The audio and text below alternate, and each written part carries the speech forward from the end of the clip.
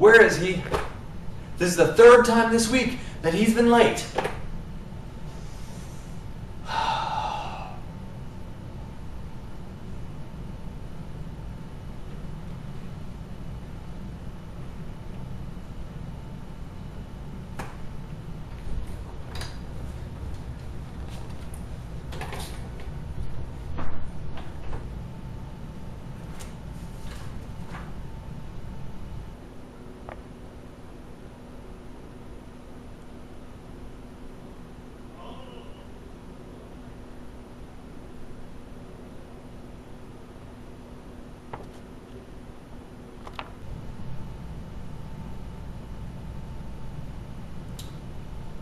You look exactly like your picture, sir. Why, thank you. Mr. William Tweed, you're late again. Yeah, I'm late alright. Like a boss. Yeah! Anyway, why don't you take a seat so we can begin? You won't tell Boss Tweed what to do. Sit down! Yes, sir.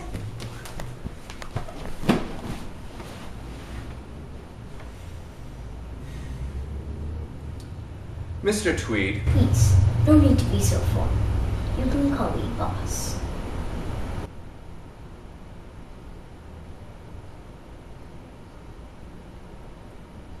Mr. Tweed, you've been having difficulty sleeping, correct? That's right. That's understandable. You've got a lot on your mind. Tell me, how was your childhood? Well, I was born in Manhattan on April 3rd, 1823. I grew up on Cherry Street. Then, when I was 11... Wait, sorry, 11? You sort of skipped a few 11 years.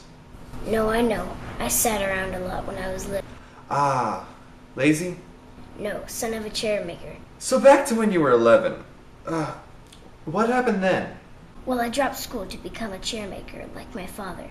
Then I dropped that to become an apprentice saddler. So you dropped chair making to learn about making leather chairs.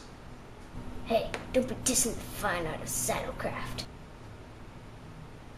Wasn't the term dissing invented a century after your time?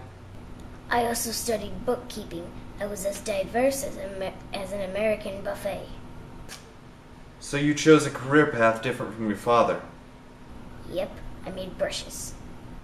See, there we go. Forging your own path, making your own choices, doing what you want opposed to what your predecessor did.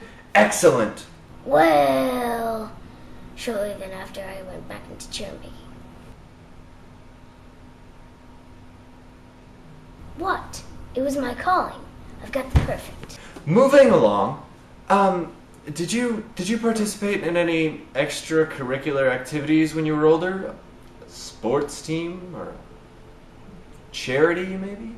Well, I was part of a volunteer fire company when I was 25. Very good. Getting involved, helping others, that's something to be proud of. Well, at the time, fire companies would fight each other over the right to put out the fires and thereby receive money for such. Of course, sometimes they would be so busy attacking each other that the building would burn to the ground. I myself specialize in using an axe to chop people.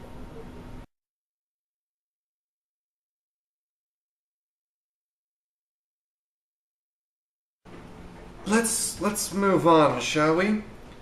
Now, you're especially famous for being a political machine. Why don't we talk a bit about that? Ah, yes, one of my greatest achievements. Great being relative.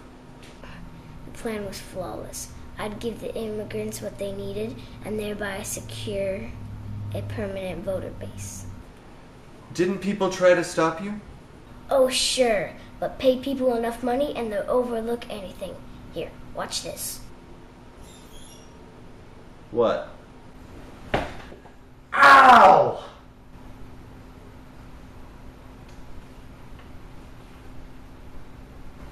Now you forget I punched you, right? No?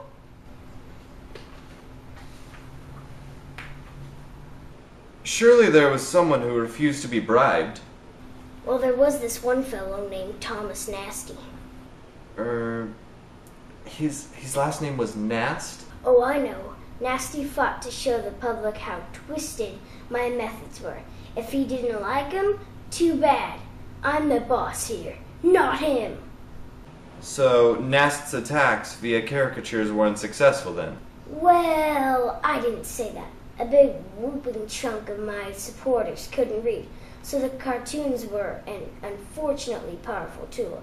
In fact, it was ultimately by Nasty's pictures that I was identified by a Spaniard when I was hiding. Moving back a bit, you said something about how you gave the immigrants things that they needed. How is that any different than the later spawned social gospel movement? No difference. None at all. Not even a smidge okay, maybe a little dissimilarity. The main difference was intent. I helped to stay in power, and they helped to help.